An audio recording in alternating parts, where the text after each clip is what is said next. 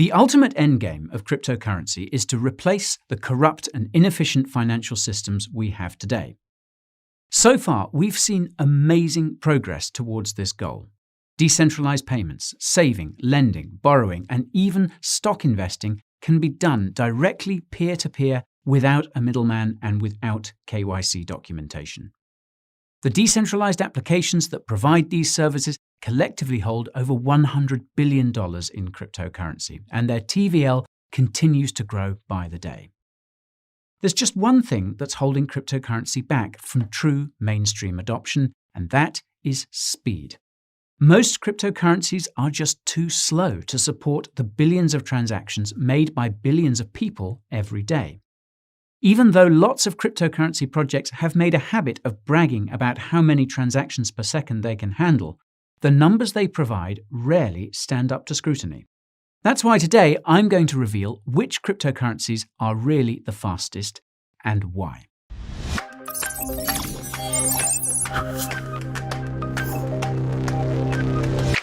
Hold that thought, I need to make sure I'm not at fault. Nothing in this video is financial instruction. This is purely an educational production. If you're new to the Coin Bureau, my name is Guy, and here's what you should know. This channel is home to some of the highest quality crypto content on the internet. Coins, tokens, news, and reviews. Videos so good that if you're not careful, you'll wonder where your day went. If you're looking to make serious gains with your own brain, subscribe to the channel and ping that notification bell to get your head in the crypto game. Time is money, which is why I've left timestamps in the video timeline, which you can use to skip around if you're in a hurry. If you watch the video the whole way through, it will increase the chances that this video shows up in the recommendations for someone like you. Now that you're all set, let's see how fast cryptocurrencies can actually get. Unless you're completely new to cryptocurrency, you've probably heard of the blockchain trilemma. The blockchain trilemma was conceptualized by Ethereum founder Vitalik Buterin in 2016, and it states that a cryptocurrency can only be two of the following three things: scalable, decentralized, and/or secure. Now, scalability refers to a cryptocurrency's ability to maintain its performance even with millions of users and transactions. For the purposes of this video, let's just say that scalability is synonymous with speed. Decentralization is where you have hundreds or even millions of unrelated computers around the world verifying and processing cryptocurrency transactions. If you're wondering why decentralization is important, I'll just show you this headline from 2018, when the 21 validators on EOS froze 7 wallets on its blockchain. Security is pretty self-explanatory. This includes stuff like a cryptocurrency's consensus mechanism and the encryption of its code. Now, to understand why you can't have all three, imagine that you have a cryptocurrency that can handle 1,000 transactions per second. This checks the box for scalability. Let's say this cryptocurrency also has 1,000 independently run computers connected to its network processing transactions. This checks the box for decentralization. And finally, let's assume this cryptocurrency has a proof-of-stake consensus mechanism that's super secure because it requires more than half of all the computers on the network to sign off on each transaction. On paper, therefore, you've overcome the blockchain trilemma, and this is what many cryptocurrencies have claimed to have done. However, things change very quickly when the rubber hits the road. Recall that our cryptocurrency has 1,000 computers connected to its network spread around the world. 501 of them must confirm a transaction for it to be valid as per the consensus mechanism. When the number of users and transactions is low, this isn't a problem. But as the number of users and transactions starts to grow, it's no longer possible to efficiently get 501 computers to check each transaction. For our fictional cryptocurrency network to remain operational, we have to either reduce the number of transactions per second the system can handle, reduce the number of computers connected to the network, or change the consensus mechanism so it requires fewer computers to confirm each transaction. If we choose the first option, we sacrifice scalability. If we choose the second, we sacrifice decentralization. And if we choose the third, then we sacrifice security. In the case of Bitcoin, creator Satoshi Nakamoto consciously decided to sacrifice scalability to ensure security and decentralization.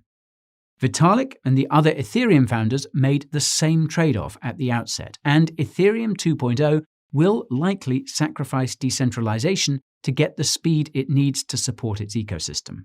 You'll see why later. Layer 2 solutions for Bitcoin, like the Lightning Network, are designed to enhance Bitcoin's scalability while leveraging the Bitcoin blockchain for security and decentralization. Layer 2 solutions for Ethereum, like Polygon, do the same with the Ethereum blockchain.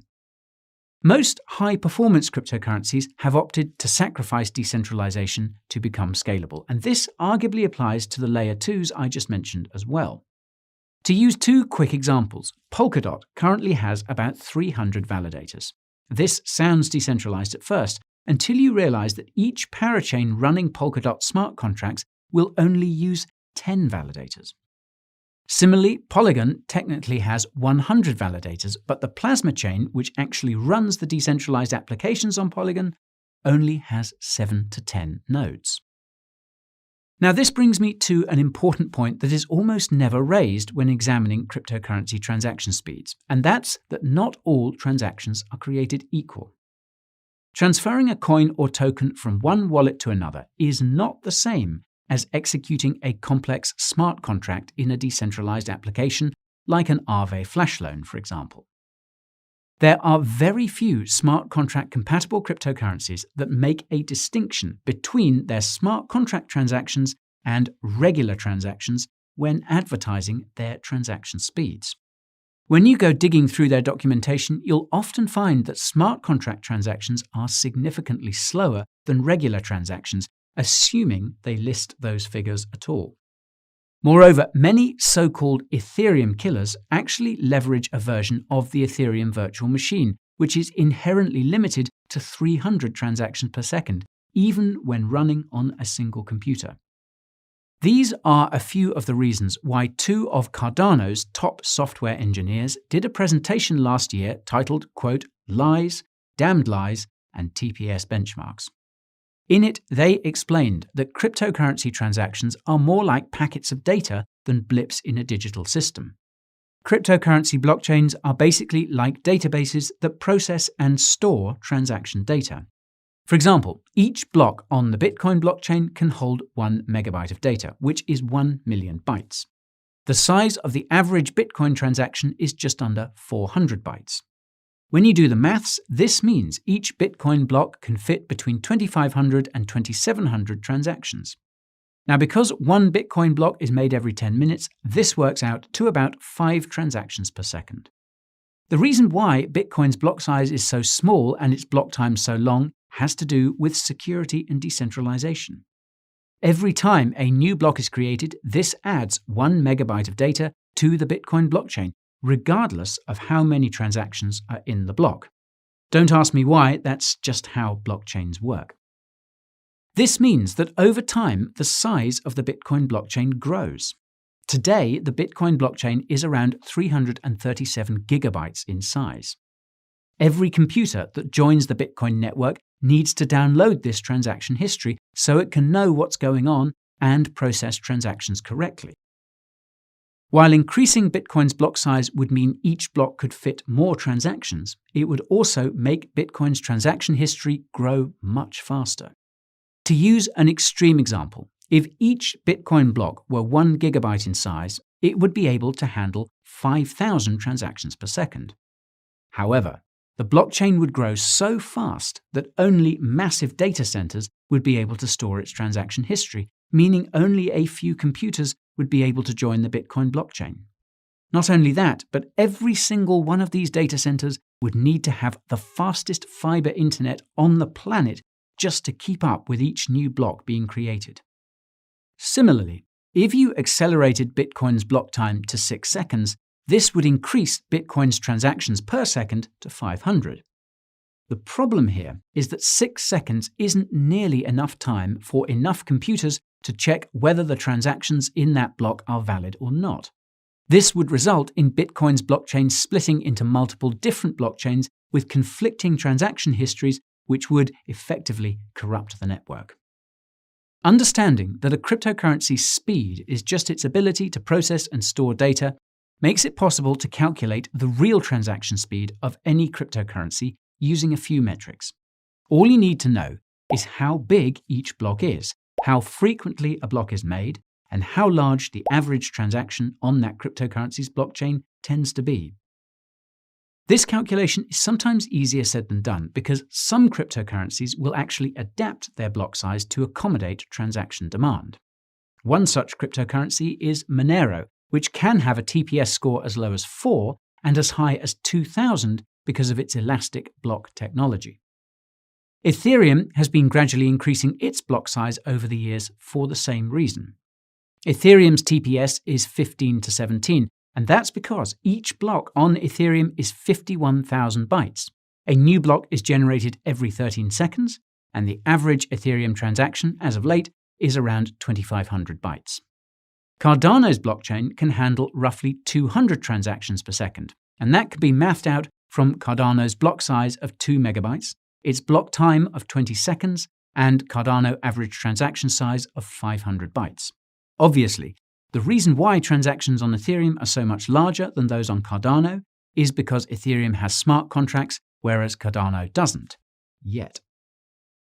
Luckily for Cardano, smart contracts shouldn't clog up its blockchain because of its dual-chain architecture, which separates smart contract data and transaction data. Unfortunately for Cardano, a block size of 2 megabyte with a 20-second speed means that the size of its blockchain is growing fast, and that could become an issue for decentralization in a few years' time. Anyhow, the coolest part about this calculation is that it means the theoretical limit for how fast a cryptocurrency can be is fundamentally set by the speed of the internet around the world. According to speedtest.com, the average download speed is 100 megabytes per second, and the average upload speed is 50 megabytes per second. When you compare this to Ethereum's 2 kilobytes per second and Cardano's 10 kilobytes per second, it's clear that there's lots of legroom for cryptocurrencies to increase their speed. So, this begs the question, how fast is fast enough? The de facto benchmark for speed in the crypto space is Visa. This is because there are an estimated 4 billion Visa cardholders, which makes Visa's payment network a good template for future crypto adoption. While Visa's self-reported transactions per second is 65,000, Visa only processes around 2,000 transactions per second on any given day. The only existing cryptocurrency that comes close to this level of throughput is currently Solana, which can handle between 50 to 65,000 transactions per second, even for smart contract transactions. Now, although I haven't personally stress-tested Solana's scalability, FTX and Alameda research founder Sam Bankman-Fried has. Sam chose Solana to host FTX's project, Serum Dex, specifically because it was the fastest smart contract crypto on the market. As you can imagine, Solana has also had its fair share of network issues. This is because it had to compromise on security to have such fast speeds without running off a single computer.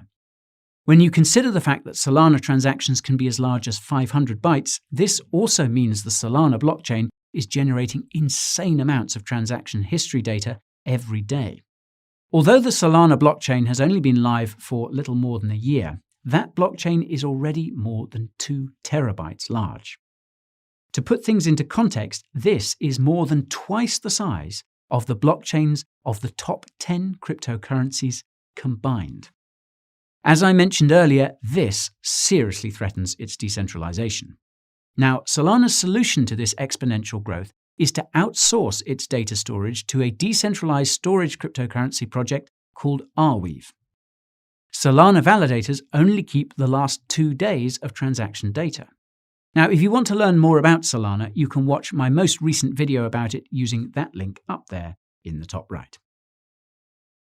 If you think the crypto speed case is closed with Solana, I'm afraid you're mistaken. That's because transaction execution and transaction confirmation are 2 very different things. You've probably noticed that when you send your cryptocurrency to an exchange, there are a certain number of confirmations you need to wait for before the coins or tokens are credited to your account. Confirmations are basically the number of blocks that have been created since you made the transaction. The first block your transaction is included in is usually the first confirmation. And of course, every cryptocurrency has a different block time. For most exchanges, one confirmation is enough for them to credit your crypto, unless you're sending Ethereum Classic to Kraken, in which case you'll be waiting for 40,000 confirmations, which is about a week. This is because Ethereum Classic has been subject to multiple 51% attacks in the past, which is essentially when the network is manipulated by miners to credit cryptocurrency to their accounts. Cryptocurrency exchanges always want to make sure the transaction is final before they credit your account, and the likelihood that a transaction is final typically increases with each confirmation. For Bitcoin, the likelihood that a transaction is final is over 99.9% after 6 confirmations. Naturally, this needs to be much longer for less secure blockchains like Ethereum Classic. What's interesting is that even though Solana has a block time of 400 milliseconds, its transaction finality time is actually somewhat longer. This has to do with Solana's elaborate consensus mechanism. By contrast, there are multiple cryptocurrencies that offer instant transaction finality. These include Algorand, XRP, Stellar, Cosmos, and any blockchains that use the Tendermint consensus mechanism. Even though all these cryptocurrencies are slower than Solana in terms of TPS, exchanges can know for sure that transactions coming from them are final the moment they generate a block. That's why the deposit times for all of them on Kraken are noted as near instant, whereas a Solana deposit can take as long as 2 minutes on Binance. Now, not surprisingly, this is possible because all the cryptocurrencies I just mentioned are extremely centralized. They only have a dozen or so validator nodes processing transactions. While these finality thresholds aren't always needed for wallet-to-wallet or dApp transactions, it's likely that the crypto merchants of the future will use finality benchmarks similar to today's cryptocurrency exchanges. Now, if you want to learn all about the cool stuff you can buy with cryptocurrency right now, be sure to watch my video about that. It's hanging up there in the top right. There's only one category left in this crypto speed competition, and that is whether these transaction speeds actually make any difference to the end user. Whether a cryptocurrency is packing a 10K TPS engine or a 65K TPS engine under the hood is kind of irrelevant, and there's science to back up this claim. Decades of research in human factors engineering shows that any feedback a person gets from interacting with a computer within 0.1 seconds is perceived as instant. If the feedback comes within 1 second of the interaction, it's noticeable but not interpreted as a delay. Anything longer than 10 seconds is long enough for a person to get impatient and start doing other things while they wait. Attention spans these days, eh? Now, anyways, you've probably noticed that when you make a payment using a debit or credit card, it normally takes between 5 and 10 seconds to complete, even when it's an online payment. Many cryptocurrencies have block times that fall within this range, which would put their transaction speeds on a par with traditional payment systems for the average user, finality notwithstanding. You've probably also found that most wallet-to-wallet cryptocurrency transactions take roughly the same amount of time, assuming it's not Bitcoin, Ethereum, or an ERC20 token. This seems like a good thing at first glance, but it reveals just how many cryptocurrency projects are centralized and likely lacking security. Bitcoin and Ethereum are slow, but they are secure and decentralized because of that. I reckon it's why people are willing to pay such a premium in gas fees to move their funds on those networks. While Ethereum 2.0 will apparently increase its TPS score to 100,000, the things that we've explored in this video suggest that decentralization and security will need to be sacrificed to do that. To quickly recap, Ethereum 2.0 will feature sharding, which is when transaction histories and balances are split between multiple blockchains called shards. To preserve security, these shard chains connect to a central blockchain called the relay chain. As far as I understand, each shard on Ethereum 2.0 will only have around 128 validators at any given time. These will be pseudo-randomly selected based on how much ETH they are staking. That's pretty decentralized compared to other high-performance blockchains, but it's nowhere near as decentralized as Ethereum's current form. What's more is that communication and transactions between these shards will likely be limited, if not non-existent, at the outset. we would end up in a scenario where Ethereum 2.0 is essentially made up of 64 isolated blockchains with suboptimal security and decentralization. This is the same issue that Kusama and Polkadot are currently facing with their parachain slot auctions, and you can learn more about those by clicking that link up there in the top right. The massive increase in institutional adoption of cryptocurrency we've seen over the last year has put scalability in the spotlight, but it's left decentralization and security in the shade. I am aware that there are people much smarter than me who argue that the blockchain trilemma is just an imaginary problem, but try as I might, I don't see a solution to it. Whenever I find a cryptocurrency that's scalable, it's almost never decentralized and seldom secure. The cryptocurrencies that seem to be all three never provide the same performance for their smart contract transactions. Now that said, I really think Cardano has the right approach when it comes to addressing scalability. Embracing the notion that cryptocurrencies are just distributed computing systems akin to the internet helps identify what the scalability problem really is, and this makes solutions easier to find. Solana founder Anatoly Yakovenko seems to be hyper-aware of this, and Solana's decision to delegate its data storage is evidence to my observation. Solana's only real bottleneck seems to be data storage, and that's something that can be easily addressed as data storage becomes easier and more cost-efficient inside and outside of cryptocurrency. When you combine access to data with faster internet speeds, it suddenly becomes possible to have blockchains that are in fact scalable, decentralized, and secure. This seems to be the kind of future we're heading towards, but every so often I see something that makes me wonder if we're headed in the opposite direction. Many of these centralized high-performance blockchains have become prime candidates for central bank digital currencies, namely Algorand and Stellar. It seems that governments have the same end-user approach in their development of CBDCs, health passports, and other borderline dystopian technologies. The technologies probably won't be very secure, and they definitely won't be decentralized. But because they're scalable, the end user probably isn't going to care so long as it works for them. That is a scary thought, but the bright side is that most cryptocurrencies are already capable of throughput that's comparable to existing systems for the average person. For me personally, I found that Polkadot transactions are insanely fast, regardless if I'm sending DOT to, from, or between exchanges. I could swear I've seen some arrive within 5 seconds, which is obviously impossible given that Polkadot's block time is 6 seconds. All that's really missing is awareness, education, and user interfaces for applications that don't look like they come from the inside of a SpaceX shuttle. This trifecta poses even bigger problems than the scalability trilemma at this point, and that is why I'm here. If you enjoyed today's video, you know the drill. Hit that like button, smash that subscribe button, and ping that notification bell to give me a thrill. If you want to get more from the Coin Bureau, you can follow me on Twitter, TikTok, Instagram, and join my free Telegram channel for daily crypto market updates.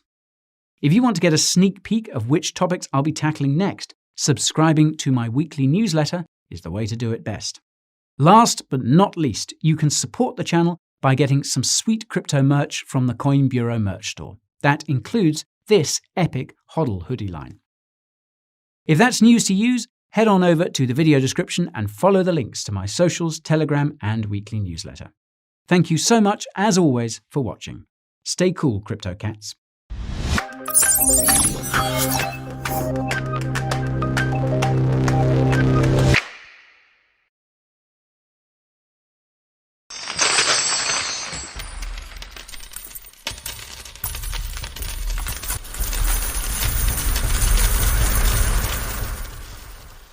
Thank you.